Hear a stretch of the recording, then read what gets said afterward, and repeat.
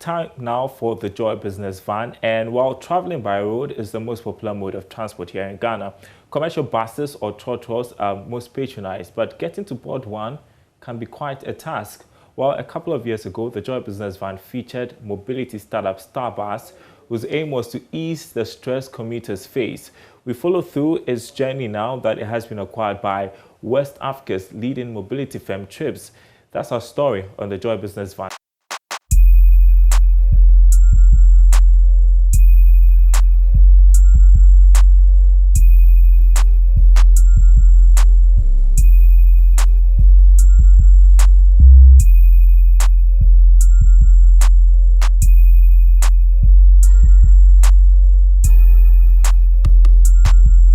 And it's through its public transport system. You know, when you travel to other places with more advanced public transportation system, you discover the beauty of the city.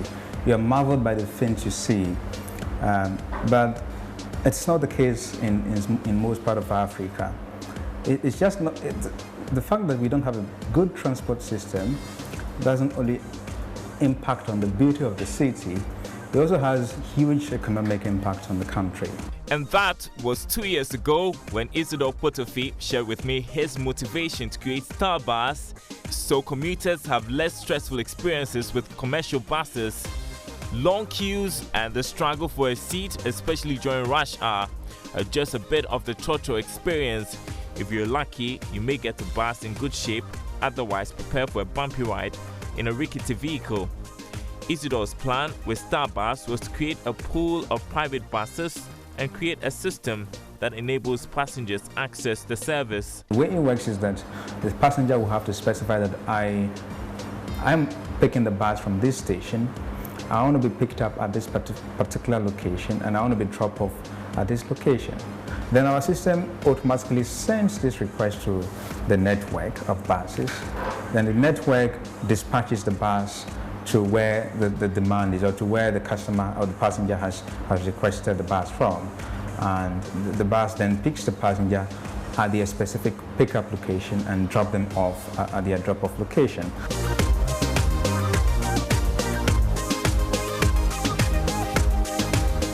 The challenges with public transportation are no different in Nigeria, where rapid expansion has exposed poor road infrastructure. It was just around the time the Treepz, formerly Plenty-Waka, launched its operations in Lagos, Nigeria. Johnny Inagwolo, co-founder of Treepz, has had his fair share of experiences. So many years ago, I was going for an interview during my when I just graduated out of school, and prepared for an interview they were trying to impress the panel at the interview, wore my body's lovely nice suits, you know, and entered one of these buses while I was in Nigeria, you know. And on my way out of the bus, the part of the bus just grabbed my suit and tore my suit. You don't say. You know. Treepz set out to transform public transport not just in Nigeria, but across the continent by running a bus hailing business, thus connecting commuters with buses via an app. We were more like a pioneer in this space because nobody has actually done the B2C of bus hailing. It looks weird because a lot of people didn't want to enter, because how can you, in their mindset, like how can you use air-conditioned vehicles, buses to move people from one place to another? It sounded weird. Other taxi cabs, yes, it's fine, but with bus hailing, it was weird. So with the initial 25 vehicles we launched with, in a day we're only moving about three persons in a whole day.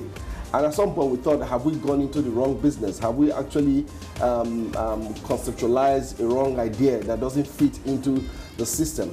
But as time goes on, as we kept on pushing, from 2 we moved 10, from 10 we moved 50, and in the last 20 months we have done over 380 rides and 380,000 rides. In August 2021, Treepz announced it has secured $1.2 million seed funding 2 months after successfully ending the Techstars Toronto Accelerator program.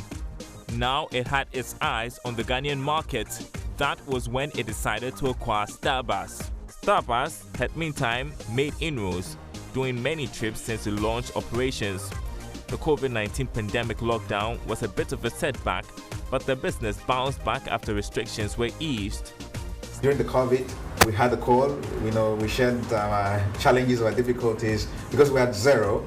And so it was one about honesty, it was one about truth. It was one about success stories as well, because along the line, plenty workers started recording some success stories. We also started recording some success stories after the COVID. We're sharing that as well. So I noticed that, look, we clicked in many ways. We clicked as far as the vision is concerned. We clicked as far as the people are concerned. And we were exploring how we could work together. And yeah, so that's what it's been for us. Stabus has now rebranded as Treepz Ghana, sealing the marriage. Now there is a lot to do to get Ghanaians caught on to the idea of technology-driven public transport. Johnny believes it's just a matter of time. When we launched this also in Lagos, people were gravitating towards using it because they were used to the normal trottoir kind of life over there in Lagos, And the first week we started, we had only 3 people using the service. We kept on going, but today, as we speak today, you can have 500 buses on the road, and all of them are filled up in less than 5 minutes, because people are booking from all over. It's convenient, and that is what we are going. I know there's going to be a bit of pushback, but eventually, when they see the value propositions we're trying to offer, I believe they will embrace it also. Isidore is excited about the prospects for job creation and shares near-term targets. And the other thing that we're also looking to do is to strike partnerships with governments, B2G. We want to work with the Transport Ministry. So we'll be engaging the Transport Ministry occasionally to talk about how they can help to give us backing and also scale the service, especially to rope in the GPRTU, because the GPRTU, I think that will be a good platform for us to scale significantly, but we need to do that on a very structured level. We believe that the government is a good platform to help, to scale this. For Treepz, the journey to get Africa on board bus hailing has got off to a good start. We are targeting mostly the West African countries, and we are going to be aggressive about that. Hopefully, by second quarter of 2022, we should be launching another African country. But we are aggressive about that right now, and that is our goal.